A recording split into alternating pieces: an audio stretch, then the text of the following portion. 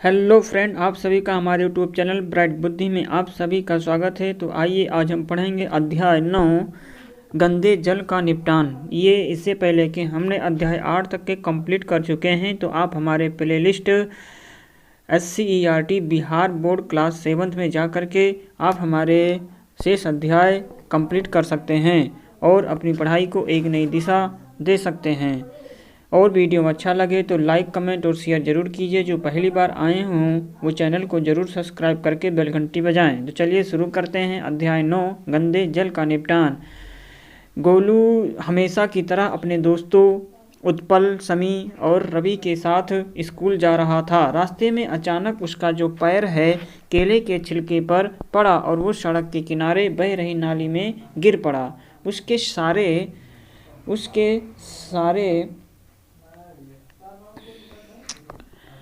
उसके सारे कपड़े गंदे हो गए। वो रोते हुए कहने लगा, कैसे कैसे लोग हैं जो सड़क पर कचरा फेंकते हैं। उदास मन से वो अब वापस घर लौट गया। घर पर उसने अपने शरीर एवं कपड़े की सफाई की और दूसरे दिन वो स्कूल गया। अपने शिक्षक से कल की घटना के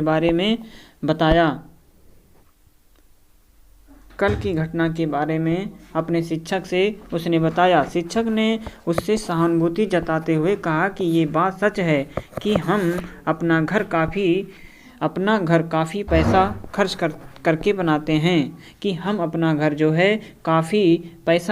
करके बनाते हैं, परंतु उस घर के गंदे जल एवं कचरा के निपटान का कुछ विचार नहीं करते।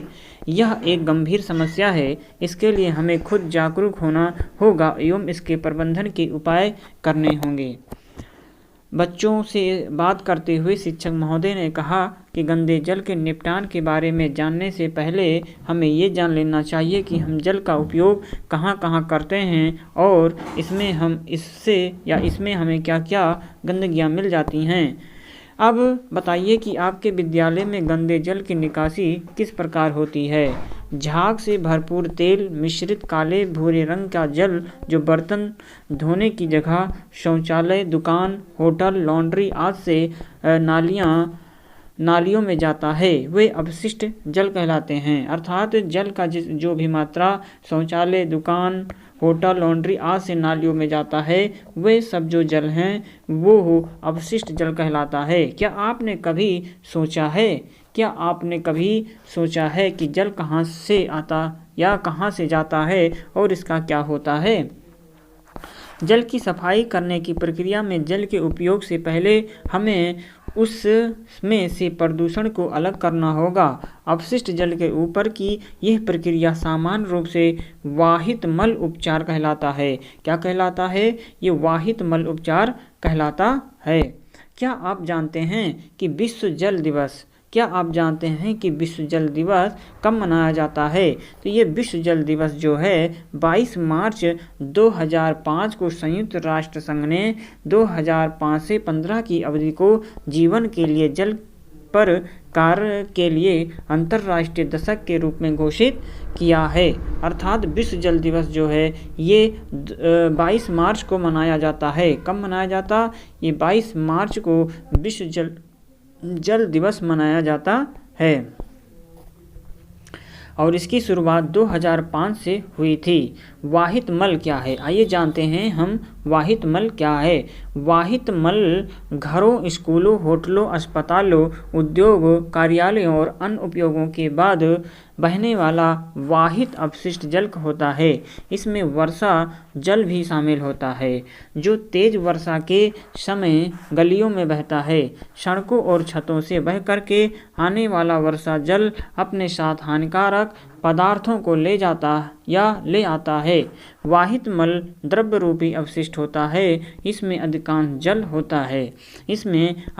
जल होते हैं जिसमें घुले हुए और निलंबित अपद्रव्य होते हैं और ये अपद्रव्य संदूषक कहलाते हैं। ये अपद्रव्य क्या हैं? ये अपद्रव्य संदूषक कहलाते हैं। आइए क्रियाकलाप करते हैं। अपने घर के आसपास, विद्यालय या सड़क पर किसी खुली नाली को देखें और उसमें बहने वाले वाहित जल बहने वाले वाहित जल का निरीक्षण कीजिए। वाहित जल के रंग, गंध और किसी अन्य अवलोकन को नोट कीजिए। अपने मित्रों, माता पिता, शिक्षक शिक्षिका से चर्चा कीजिए और निम्नलिखित तालिका में पूरा कीजिए। जैसे यहाँ पे वाहित मल का जो प्रकार है जानते हैं, जैसे कूड़ा, करकट, गंदा जल, ये वाहित जल मल का प्रकार है। इसकी उत्पत्ति रसोई में होती है। इसके संदूषक पदार्थों को आपको कमेंट बॉक्स में लिखना है। आइए अब हम जानते हैं कि हम कह सकते हैं कि जो वाहित मल एक जटिल मिश्रण होता है जिसमें निलंबित ठोस, कार्बनिक और अकार्बनिक अशुद्धियाँ, पोषक तत्व, मृतजीवी, रोगवाहक जीवाणु और अन्य सूक्ष्मजीव होते हैं। इन अशुद्धियों के कुछ सामान्य उदाहरण इस प्रकार हैं। जैसे कार्बनिक अशुद्धियाँ, मानव मल, मूत्र, जैविक अवशिष्ट पदार्थ, तेल, फल और सब्जी का कचरा, ये क्या हैं? ये कार्बनिक अशुद्धियाँ हैं। तो कार्बनिक अशुद्धियों के अंतर्गत क्या आता है? ये मानव का जो मल, मूत्र, जैविक अवशिष्ट पदार्थ, तेल, फल और सब्जी का कचरा। अकार्बनिक अशुद्धियों के अंतर्गत जैसे कि नाइट्रेट, फास्फेट धातुएं आती हैं। जीवाणु है, हैजा, टाइफाइड, ये आदि रोग उत्पन्न करने वाले होते हैं। जीवाणु, ये जीवाणु से क्या होगा? हैजा और टाइफाइड होता है। अन्य सूक्ष्मजीव के अंतर्गत जैसे पेचिश आदि रोग उत्पन्न करने वाले हैं। क्रियाकलाप 3 को करना है। अपने घर या अथवा विद्यालय, अपने घर, विद्यालय अथवा किसी सार्वजनिक भवन से वाहित मल के पथ का अध्ययन कीजिए एवं निम्न कार्यों को कीजिए। वाहित मल के पथ का रेखा चित्र बनाइए। गली, सड़क अथवा परिसर में घूम करके उनका सर्वेक्षण कीजिए एवं मेन होलों की संख्या मालूम कीजिए। किसी खुली नाली के साथ साथ चलिए और देखिए कि वहाँ कहाँ जाकर समाप्त होती है और उसके इर्द गिर्द और उसके जल में कौन से सजीव जीव पनप रहे हैं। यदि आपके घर के आसपास मल जल का निकास व्यवस्था तंत्र न हो तो ये मालूम कीजिए कि वाहित मल का निपटान कैसे होता है। आइए घर या विद्यालय, होटल, अस्पताल आदि के दूषित जल को सोखते गड्ढे में डालने की विधि जानें। तो ये ऐसी कौन सी विधियाँ हैं, आइए हम जानते हैं। जैसे कि सोखता अथवा गड्ढा बनाने की विधि। सर्वप्रथम 1 मीटर चौड़ा, 1 मीटर लंबा, 1 मीटर गहरा गड्ढा खोदिए। गड्ढे में ईंट का 3 आकार, बड़ा, मंझला और छोटा टुकड़ा लीजिए। अब हम क्या करेंगे कि गड्ढे के अंदर प्रथम 1/3 भाग में ईंट का बड़ा टुकड़ा डालिए, दूसरे 1/3 भाग में ईंट का मंझला टुकड़ा डालिए एवं शेष 1/3 भाग में ईंट के छोटे टुकड़े को डालिए। अब घर, विद्यालय, दुकान, होटल आदि से जो मुख्य नाली निकालिए और सोखता बनाने या सोखता वाले गड्ढे से मिलने के पूर्व एक पक्का छोटा गड्ढा लगभग 1.5 फीट गहरा एवं 1.5 फीट वर्गाकार हो जरूर बनाएं। अब इस छोटे गड्ढे के पहले स्टील या प्लास्टिक की जाली लगा दीजिए ताकि नाली का कचरा सोखता गड्ढे में न जा सके। ये छोटा गड्ढा चैम्बर नुमा होगा जिसकी सफाई ढक्कन खोल करके समय समय पर की जा सके। अगर दूषित जल का सही ढंग से निपटान न किया गया हो तो सड़कों तथा अन्य स्थानों में असावधानी पूर्वक फेंकी गई प्लास्टिक की थैलियाँ अथवा पॉलीथीन अक्सर बह करके नालों में पहुंच जाती हैं और फलस्वरूप नाले अवरुद्ध हो जाते हैं। क्या हो जाते हैं? नाले अवरुद्ध हो जाते हैं और गंदा जल सड़क पर फैलने लगता है और खुली नालियों का दृश्य घृणित लगता है। वर्षा काल में स्थिति और भी भयानक हो जाती है। जब नालियां उमड़ने लगती हैं तो उनका कचरा सड़कों पर फैल जाता है और हमें कीचड़ से भी भरी सड़कों से अपना मार्ग ढूंढना पड़ता है। ये परिस्थितियां अत्यंत अस्वास्थ्यकर एवं रोगजनक हो सकती हैं। सड़कों पर बिखरे कचरे या अपशिष्ट पदार्थों पर रोगवाहक मच्छर, मक्खियां तथा अन्य कीट पनपने लगते हैं। फलतः जल जनित बीमारियां उत्पन्न होने लगती हैं। गोलू जानना चाहता है कि जो दूषित जल से होने वाली बीमारियां कौन कौन सी हैं, जिनके लक्षण, कारण एवं रोकथाम के तरीके क्या हो सकते हैं। तो दूषित जल से होने वाली बीमारियों के नाम, लक्षण और उनके रोकथाम, ये एग्जाम की दृष्टि से ये बहुत ही महत्वपूर्ण हैं। तो आप इसका स्क्रीनशॉट जरूर ले सकते हैं और सेव कर सकते हैं। क्या है कि दूषित जल से होने वाली बीमारियों के नाम, लक्षण और कारण और तथा उनके रोकथाम। तो यहाँ पर बीमारियों का नाम दिया हुआ है जो एग्जाम की दृष्टि से बहुत ही महत्वपूर्ण है। तो आइए हम जानते हैं कि जो बीमारी का क्या नाम है। बीमारी का नाम है जैसे कि पेचिस, इसे हम डिसेंट्री भी कहते हैं। पेचिस का दूसरा नाम डिसेंट्री भी है। इसके जो लक्षण हैं, पेट में मरोड़ के साथ दस्त, बार बार दस्त होना। इसके जो कारण होते हैं, ये दूषित जल सेवन से पेचिस हो जाता है। रोकथाम क्या है? पीने के लिए हमेशा स्वच्छ जल का सेवन करें। तो स्वच्छ जल का सेवन करने से दूषित जल इसके कारण ही होता है। तो स्वच्छ जल पीने से पेचिस नहीं होगा। अर्थात पेट में मरोड़ के साथ इसके लक्षण हैं। अगर ऐसा लक्षण है तो क्या है? पेचिस। खुजली का लक्षण है कि बदन खुजलाना, और कारण है कि दूषित जल से नहाना, गंदे कपड़े का उपयोग करना, ये इसका कारण है। रोकथाम के लिए नहाने हेतु स्वच्छ जल का व्यवहार, साफ कपड़ों का उपयोग करें। हैजा अर्थात डायरिया, ज़्यादा और लगातार दस्त का होना, दूषित जल, भोजन का व्यवहार, दूषित हाथों से भोजन करना आदि। इसके जो उपाय हैं, स्वच्छ जल का व्यवहार, खाने पीने व पूर्व हाथों की सफाई करना, ये इसके कुछ उपाय हैं। आगे हम जानेंगे कि जो ये पीलिया है किससे होता है। ये आँख, नाक एवं पेशाब का पीलापन हो जाना, दूषित जल के सेवन से पीलिया, और इसके पीलिया को दूर करने के जो उपाय हैं, पेय जल के लिए स्वच्छ जल का उपयोग करें। मलेरिया जाड़ा दे करके बुखार आता है, ये इसके लक्षण हैं। मादा एनोफ्लीस मच्छर के काटने से होता है, जो कि एग्जाम की दृष्टि से बहुत ही महत्वपूर्ण है। आप इसे जरूर याद रखें। जल के जमाव को रोकना, बेकार पानी सोखता गड्ढे में गिराना, ये इसका काम है। और है यहाँ पर मेनिनजाइटिस, जिसे हम मस्तिष्क ज्वर भी कहते हैं। इसका लक्षण है बुखार आना, दूषित जल के सेवन से ही होता है। पॉलीथीन से नाला जाम ना होने देना, नाले के पानी के द्वारा खेतों की सिंचाई करना, ये इसके कारण होता है। तो आप यहाँ पर समझ सकते हैं कि ये सारे लक्षण जो हैं बहुत ही इम्पोर्टेंट हैं, जो अधिकतर देखा जाए दूषित जल से ही होता है। इसलिए हमें हमेशा स्वच्छ जल का सेवन ही करना चाहिए। आइए जानते हैं कि उपयुक्त जल जनित रोगों का कारण जो होता है, ये दूषित जल होता है। इसके अलावा अनुपचारित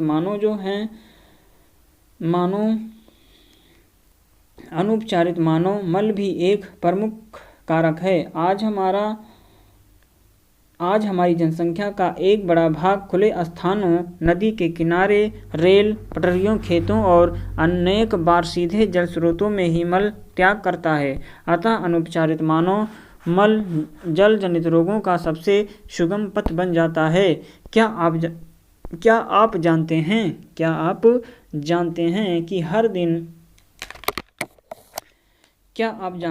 कि जो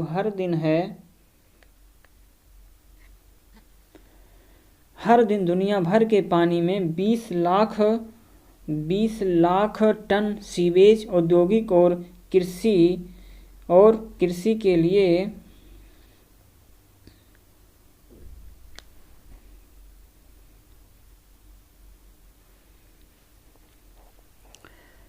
कृषि कचरा डाला जाता है। दुनिया की आबादी जो है 18% या 1.2 अरब लोगों को खुले में शौच के लिए जाना पड़ता है। 5 साल से कम उम्र के बच्चों की मौत का सबसे बड़ा कारण जल जनित बीमारियां ही होती हैं। युद्ध सहित सभी तरह की हिंसाओं से मरने वाले लोगों से कहीं ज़्यादा लोग हर साल दूषित जल पीने से मर जाते हैं।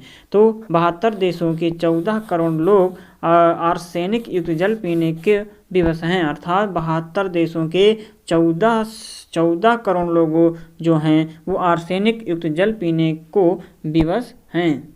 आगे है कि मानव मल निपटान की वैकल्पिक व्यवस्था क्या है। मानव मल निपटान की वैकल्पिक व्यवस्था, तो आजकल सरकार स्वयंसेवी संस्थाओं के द्वारा हम लागत या कम लागत के मानव मल निपटान तंत्रों को बढ़ावा दिया जा रहा है। इसके लिए सेप्टिक टैंक, रासायनिक शौचालय, मोबाइल शौचालय, गाड़ी में चलंत शौचालय, कंपोस्टिंग पिट आदि बनाए जा रहे हैं। सेप्टिक टैंक उन स्थानों के लिए उपयुक्त है जहां मल वहन की व्यवस्था नहीं है, जैसे अस्पताल, अलग अलग बने भवन, 4 से 5 घरों के समूह। कुछ संगठन मानव अपशिष्ट के स्वच्छता पूर्वक निपटान की सुविधाएं प्रदान कर रही हैं। आगे समझेंगे कि इन शौचालयों से मल बंद नालियों से होता हुआ बायोगैस संयंत्र में चला जाता है और उत्पन्न होने वाली बायोगैस का उपयोग ऊर्जा के स्रोत के रूप में किया जाता है। आइए जानते हैं क्रियाकलाप 5 को। आप अपने गांव, पंचायत, मोहल्ले में अपने बायोगैस संयंत्र का अवलोकन निरीक्षण करें। अपने सहपाठियों से विद्यालय में चर्चा कीजिए एवं अपने घर में भी बायोगैस संयंत्र लगाने हेतु घर के लोगों को प्रेरित कीजिए। सलमा जानना चाहती है कि क्या चापाकल या कुएं के चारों ओर दूषित जल जमाव से उनका जल स्वच्छ है। इस संबंध में शिक्षक महोदय ने बताया कि पेयजल स्रोत के आसपास जल जमाव होने से पेयजल स्वच्छ नहीं रह पाता बल्कि दूषित हो जाता है और दूषित जल जमीन से रिस करके भूमिगत जल में मिल करके उसे भी प्रदूषित कर देता है। तो क्रियाकलाप 6, आप अपने घर या विद्यालय के चापाकल के चारों ओर जल जमाव न होने के लिए कौन से उपाय करेंगे, आप जरूर लिखें। आप प्रत्येक छात्रावाहित मल नालों के चारों ओर एक एक वृक्ष लगाइए। यह वृक्ष समस्त अतिरिक्त अपशिष्ट जल को अवशोषित कर लेते हैं और वायुमंडल को शुद्ध रखने में मदद करते हैं। कस्बों में अक्सर सेप्टिक शौचालय टंकी बनाई जाती है जिसके अंतिम खाने के ऊपरी भाग से पाइप के द्वारा सॉक पिट ले लिया जाता। इस प्रकार की टंकी बड़ी गहरी पक्की बनाई जाती और इसे अच्छी तरह से मजबूत ढक्कन से ढक दिया जाता है। बहुत लंबे समय में इस टंकी में मल भर जाने पर इसे खाली करवाना होता है। इन दोनों प्रकारों की शौचालयों की टंकियों से पेयजल का स्रोत चापाकल या कुएं कम से कम 20 से 30 फीट की दूरी पर लगाया जाना चाहिए, क्योंकि इन टंकियों से अंदर रिस करके हमारे स्रोतों को प्रदूषित कर सकता है और हम ऐसा दूषित जल पीने से विभिन्न प्रकार की बीमारियों के शिकार हो सकते हैं। कस्बे एवं बड़े शहरों में बसने योग्य भूमि की कमी होती है। वहाँ इस प्रकार की एवं अधिक संख्या में शौचालय की टंकियों एवं साक पिट बनाना संभव नहीं होता। इन बड़े शहरों में मानव मल एवं गंदा जल बड़ी बड़ी भूगर्भ नालियों के द्वारा घरों से एकत्र कर सम्प हाउसों तक ले जाया जाता है। सम्प हाउसों से यह जल उपचार संयंत्रों में ले जा करके उससे उपचारित किया जाता है। उपचारित जल का उपयोग फसलों की सिंचाई, उद्योगों में किया जाता है। शेष जल को नदियों में गिरा दिया जाता। क्या आप जानते हैं कि हमारे राज्य एवं देश के बड़े बड़े शहरों में इस प्रकार की प्रणालियाँ, कुछ बड़े शहरों में वर्षा जल निपटान के लिए अलग से भूगर्भ नालियाँ बनाई जाती हैं। वर्तमान समय में वर्षा जल संचय एवं पुनः प्रयोग के प्रयास के लिए किए जा रहे। आइए हम बड़े शहरों के मलवाहित जल निपटान की व्यवस्था के संबंध में जानने का प्रयास करते हैं। तो अपने प्रदेश में गंदे जल के निपटान की स्थिति। पटना में राजेंद्र नगर एवं कंकड़बाग के कुछ भागों में शौचालय से निपटने वाले वाहित मल के लिए निकास प्रणाली है। शेष अन्य जगहों में वाहित मल एवं अन्य गंदे जल का निपटान के लिए एक ही जल निकास प्रणाली है। पटना में गंदे जल के निकास के लिए 3 प्रकार का नाला है। पहला पक्का नाला, दूसरा कच्चा नाला, तीसरा भूगर्भ नाला। भूगर्भ नालों में जगह जगह पर मेन होल होते हैं जो ढके होते हैं। ये मेन होल प्रायः 2 नालों के मिलन स्थल पर बनाए जाते हैं। नालों की मिलन स्थल पर चौकोर गड्ढा बनाया जाता, इसे ही मेन होल कहा जाता है। जब गंदा पानी भूगर्भ नालों से होकर के बहता है तब गंदे पानी में निलंबित गंदे पदार्थ गड्ढे में नीचे बैठ जाते हैं, जिससे भूगर्भ नाली से होकर के पानी निर्बाध रूप से पानी भूगर्भ नालों से गुजरते हुए भूगर्भ बड़ा नाला में चला जाता है। समय समय पर मेन होल के ढक्कन को खोल करके गाद को बाहर निकाला जाता तथा शहर से दूर गड्ढों में डाल दिया जाता। बड़े नालों से गंदे पानी का एकत्रीकरण जगह जगह पर अव्यवस्थित संप हाउस में किया जाता है। संप हाउस के द्वारा इन गंदे जलों को वितरण मोटर पंप के द्वारा सीवेज ट्रीटमेंट प्लांट में नालों के माध्यम से किया जाता है। पटना में बड़े नालों की संख्या वर्तमान में 9 है और भूगर्भ नालों का विस्तार पक्का नाला तथा कच्चा नाला से काफ़ी अधिक है। बहुत वर्ष पहले गंदे जल की निकासी पक्का नल एवं कच्चा नल के द्वारा किया जाता है, जो खुला होता था, जिससे गंदगियां एवं दुर्गंध फैला था तथा कुछ रोग के मुख्य कारक थे। भूगर्भ नालों की व्यवस्था से अब ये स्थिति नहीं है। वर्तमान में पटना में 32 संप हाउस हैं, 4 सीवरेज ट्रीटमेंट प्लांट हैं जो निम्नलिखित हैं: सैदपुर, बेऊर, पहाड़ी और करमलीचक। वाहित मल युक्त गंदे जल का उपचार। आइए अब हम जानेंगे कि वाहित मल युक्त गंदे जल का क्या उपचार है। जल का उपचार, तो वाहित मल जो होते हैं, वाहित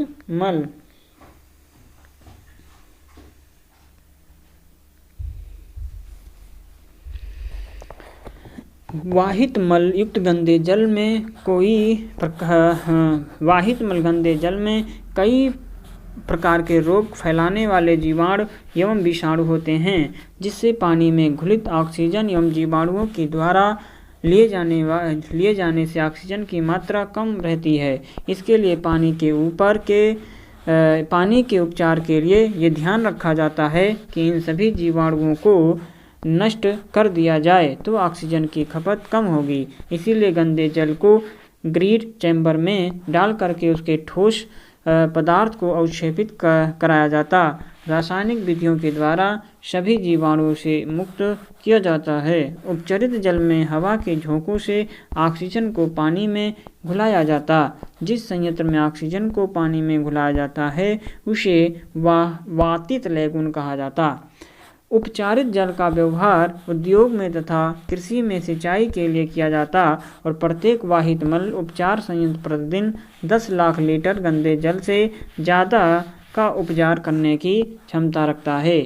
उदाहरण के लिए पटना के सैदपुर में ये संयंत्र प्रतिदिन 4 से 5 करोड़ लीटर गंदे जल का उपचार करता। हमारे प्रदेश में पटना, भागलपुर, बक्सर, छपरा में वाहित मल उपचार संयंत्र सरकार की योजना है। प्रदेश के सभी शहरी क्षेत्रों में भूगर्भ नालों के साथ वाहित मल उपचार संयंत्र स्थापित किए जाएं, ताकि सभी शहरी क्षेत्र गंदे जल से मुक्त हो सकें तथा गंदे जल का सीधा निकास नदी में न हो सके। अन्य क्षेत्रों तथा जिलों में वाहित मल उपचार संयंत्र नहीं होने के कारण नदियां गंदी हो रही हैं, जिससे कई प्रकार की बीमारियां फैल रही हैं तथा जलीय जीवों पर बुरा प्रभाव पड़ रहा। ग्रामीण क्षेत्र में गंदे जल वाहित मल की निकासी के लिए प्रणाली विकसित नहीं हो सकी। इसीलिए गांव में बड़ा सा गड्ढा खोद करके उसकी चारों ओर ईंट की जालीदार दीवार बना दी जाती। निचली सतह खुला छोड़ दिया जाता है, ऊपर से ढक्कन से ढक दिया जाता। इस गड्ढे से एक पाइप जोड़कर शौचालय के सीट में लगा दिया जाता। मानव मल उपयोग किए जाने वाले जल के साथ बहकर गड्ढे में आ जाता है, जहां निचली सतह एवं जालीदार दीवार के द्वारा सोख लिया जाता तथा मानव मल कम समय में ही खाद में बदल जाता है। अपशिष्ट जल उपचार संयंत्र। गोलू जानना चाहता है कि क्या दूषित जल को उपचारित किया जा सकता। दूषित जल को अपशिष्ट जल उपचार संयंत्र के द्वारा उपचारित किया जा सकता है। अपशिष्ट जल के उपचार में भौतिक, रासायनिक और जैविक प्रक्रिया शामिल होती है, जो जल को दूषित करने वाले भौतिक, रासायनिक एवं जैविक द्रव्यों को अलग करने में सहायता करती है। सबसे पहले दूषित जल को लंबवत लगी छड़ों से बने छन्ने से गुजारा जाता, इससे दूषित जल में उपस्थित कपड़ों के टुकड़े, डिब्बे, प्लास्टिक के पैकेट, नैपकिन आदि जैसे बड़े साइज के प्रदूषक अलग हो जाते हैं। अब वाहित अपशिष्ट जल को कंकड़ बालू अलग करने की टंकी में ले जाया जाता है। इस टंकी में अपशिष्ट जल को कम प्रवाह से छोड़ा जाता, जिससे उसमें उपस्थित बालू, मिट्टी, कंकड़, पत्थर उसकी पेंदी में बैठ जाते हैं। अब जल को किसी एक ऐसी बड़ी टंकी में ले जाया जाता है जिसका पेंदा कुछ के भाग की ओर ढलान होता है। जल को टंकी में कई घंटों तक रखा जाता, जैसे ठोस उसकी पेंदी में बैठ जाते हैं। इन अशुद्धियों को खुरच कर बाहर निकाल दिया जाता। यह अपंख जल तैयार करने वाले तेल और ग्रीस अशुद्धियों को हटाने के रिस्कमर का साफ किया गया है।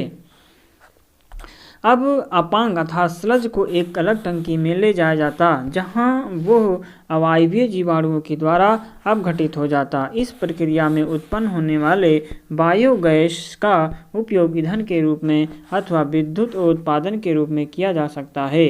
चौथा, निर्मलीकृत जल में पंप के द्वारा वायु को गुजारा जाता, जिससे उसमें वायवीय जीवाणुओं की वृद्धि होती है। ये जीवाणु निर्मलीकृत जल में अब भी बचे हुए हैं। मानव अपशिष्ट पदार्थ, खाद्य अपशिष्ट, साबुन और अन्य अवांछित पदार्थों का उपभोग कर लेते।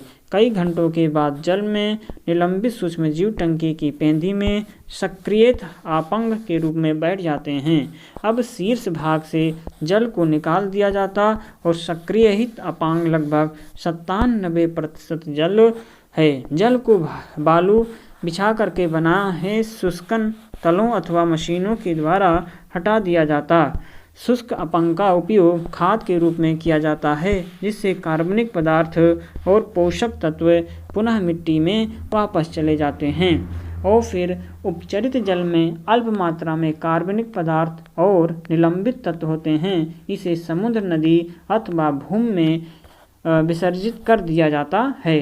प्राकृतिक प्रक्रिया के इसे और अत्यधिक स्वच्छ कर देते हैं। प्राकृतिक प्रक्रिया इसे और अधिक स्वच्छ कर देते हैं और जल को वितरण करने से पहले उसे क्लोरीन अथवा ओजोन जैसे रसायनों से रोगाण रहित कर लिया जाता है। आइए जानते हैं कि क्या आप जानते हैं सिंधु घाटी सभ्यता अर्थात हड़प्पा और मोहनजोदड़ो जैसे प्राचीन सभ्यताओं में से एक है। संभवतः विश्व का पहला शहरी स्वच्छता संयंत्र यहीं विकसित हुआ था।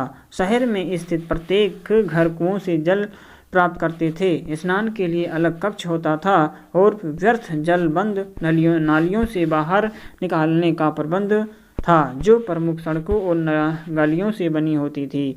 ईंटों का सबसे पुराना शौचालय लगभग 4500 वर्ष पुराना है। बिहार की वर्तमान राजधानी पटना मगध साम्राज्य की राजधानी पाटलिपुत्र है। मौर्य एवं गुप्त काल में ये शहर काफ़ी विकसित थी। उस समय जल निकासी की व्यवस्था काफ़ी अच्छी थी। एक जागरूक नागरिक बने। एक जागरूक नागरिक अनंतः हम में से प्रत्येक व्यक्ति को एक जागरूक नागरिक की भूमिका निभानी होगी। यदि किसी घर से निकलने वाला वाहित जल पास पड़ोस में गंदगी फैला रहा है, तो हमें उनसे अन्य नागरिकों के प्रति संवेदनशील होने का निवेदन करना चाहिए। साथ ही हमें सार्वजनिक जगहों पर सफाई करने में योगदान देना चाहिए। हमें अपना कचरा कूड़ेदान में ही डालना चाहिए और इस प्रकार यदि सभी लोग मिलकर के एक साथ काम करें तो बहुत कुछ हो सकता है। हमारा विद्यालय, अस्पताल, सड़क एवं अन्य सार्वजनिक स्थल स्वच्छ और सुंदर बन सकते हैं। इसी के साथ आइए जानते हैं कि हमने क्या सीखा। झाग से भरपूर तेल मिश्रित काले भूरे रंग का जल जो कई स्थानों से नालियों में जाता है, वो अपशिष्ट जल कहलाता है।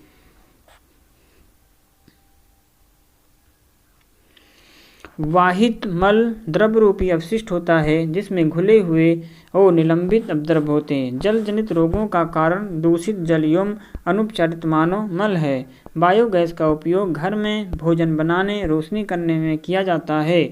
दूषित जल को अपशिष्ट जल उपचार संयंत्र उपचारित किया जाता है। इसी के साथ हमारा ये तो अपशिष्ट जल है क्या? पीने योग्य, स्नान योग्य दूषित जल को अपशिष्ट जल कहते हैं। विश्व जल दिवस कब मनाया जाता है? तो ये 22 मार्च को। कब मनाया जाता है? विश्व जल दिवस कब मनाया जाता है? तो अभी हमने ऊपर सबसे पहले यही देखा था विश्व जल दिवस कब मनाया जाता है।